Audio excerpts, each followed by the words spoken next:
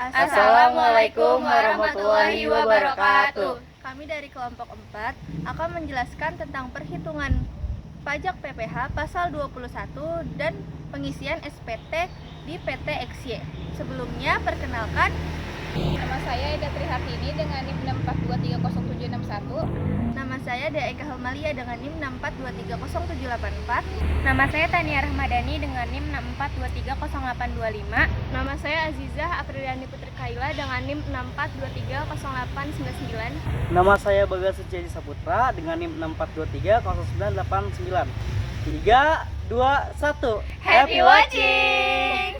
Assalamualaikum warahmatullahi wabarakatuh. Perkenalkan, nama saya Dea Eka Helmalia dengan NIM 642300784.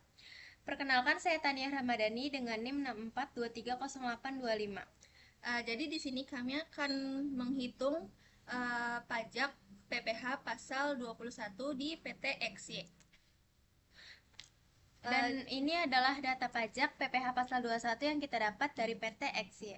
Dan kami akan menghitung gaji karyawan Bapak Raden dan Bapak Haryanto. Di sini saya akan menjelaskan cara perhitungannya. Bapak Raden pada tahun 2022 bekerja pada PT XY dengan memperoleh gaji sebulan sebesar 10.372.325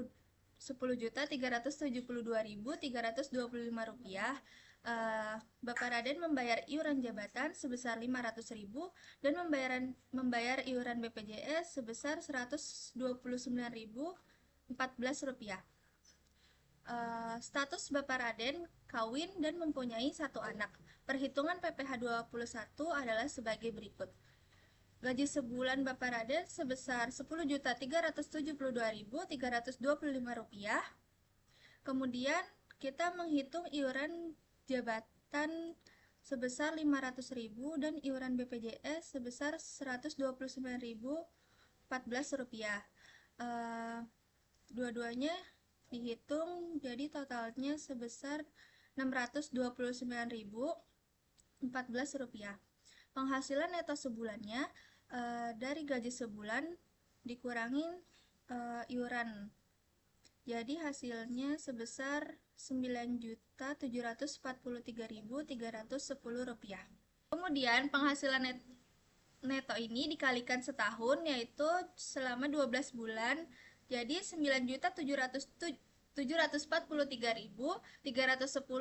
dikalikan dengan 12 menjadi sebesar 116.919.732 rupiah.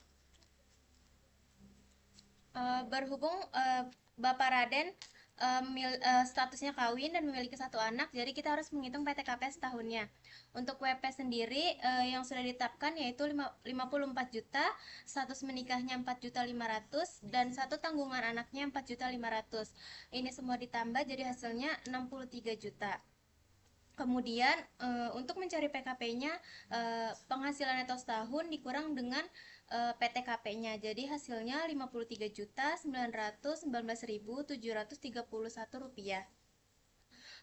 Berhubung PKP Bapak Raden di bawah 60 juta, jadi kita kalikan dengan 5%. Jadi PPh pasal 21 setahun, 5% dikali 53.919.731 rupiah sama dengan hasilnya 2.695.986. Jadi untuk PPh pasal 21 sebulannya 2.695.986 rupiah dibagi 12, hasilnya 224.666. Jadi 224.666 akan kita taruh di SPT. Assalamualaikum warahmatullahi wabarakatuh. Perkenalkan, nama saya Azizah Apriliani Putri Kaila dengan NIM 642300899. Saya Enda Trihartini dengan NIM 642300761. Di sini kami akan menghitung data pajak penghasilan dari Bapak Haryanto yang bekerja di PT XY.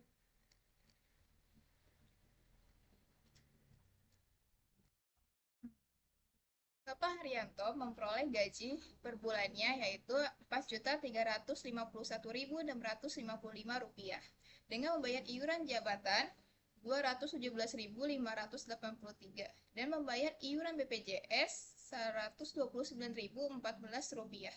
Haryanto dengan statusnya tidak kawin dan tidak mempunyai anak. Berikut perhitungan PPh 21 dari data Bapak Haryanto 2022.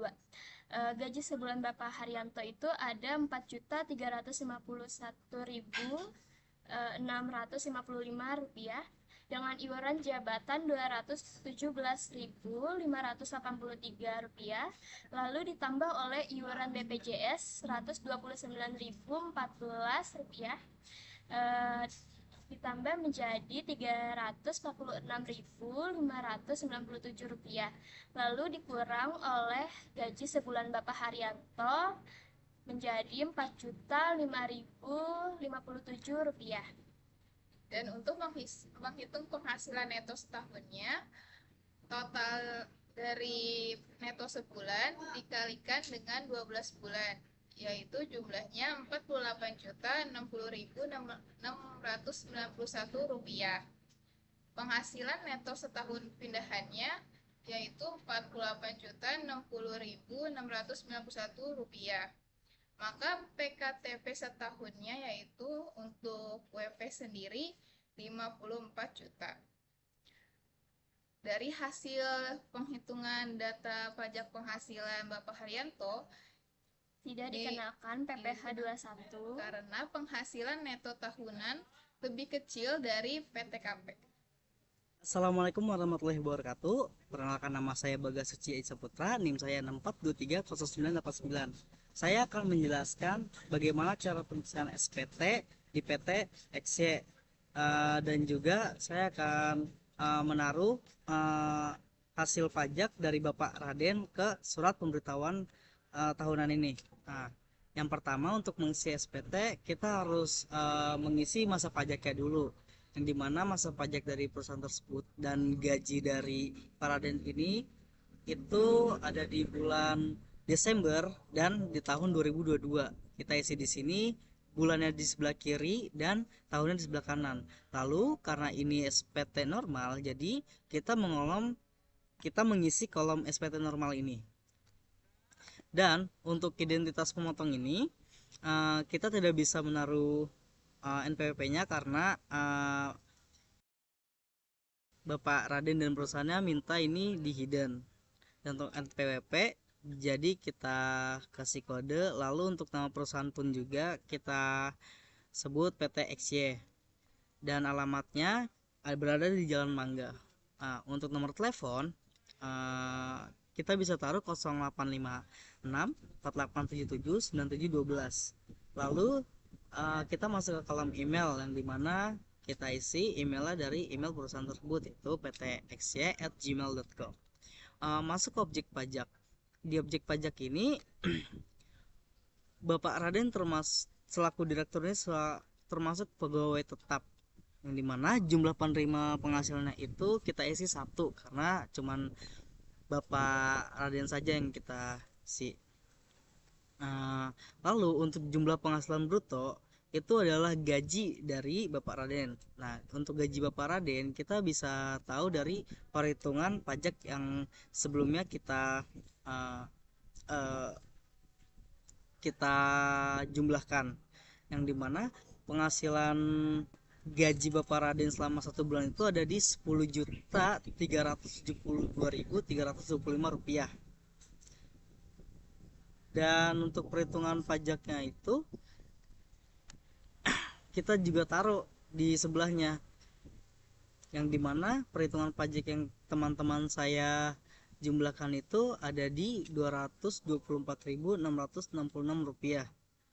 Nah, untuk pengisian gajinya atau di jumlah penghasilan brutonya ini kita taruh di sini, dan juga untuk jumlah pajak yang sudah dipotong kita taruh di sini. Nah, lalu kenapa dari semua kolom ini kita langsung isi 0? Karena tidak ada pajak yang harus dipotong lagi atau pajaknya sudah terpotong, jadi tidak ada pajak yang harus dibayarkan. Nah, untuk selanjutnya kita jumlahkan hasil pajaknya, karena cuman hanya ada satu, jadi kita turunin ininya satu, dan juga jumlah penghasilan brutonya 10.372.325 rupiah, dan hasil pajak yang sudah terpotongnya itu 224.666 rupiah. Nah, masuk ke perhitungan PPh-nya yang kurang lebih disetor.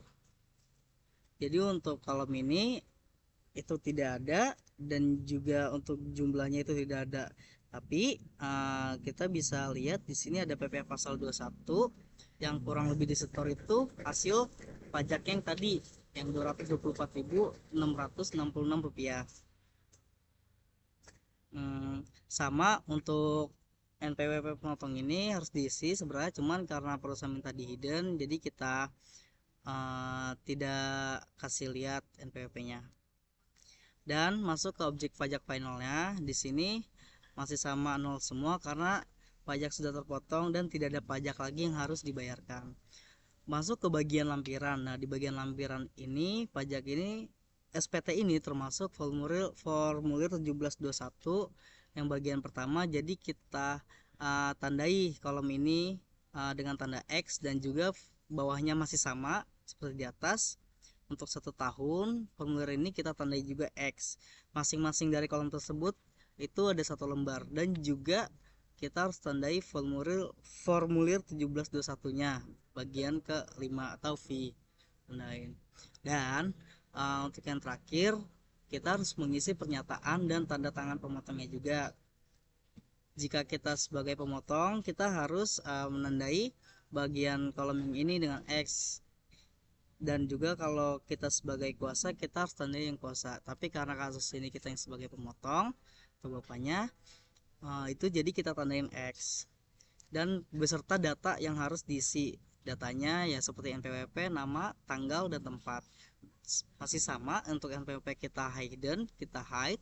Dan untuk nama perusahaannya itu perusahaan XY.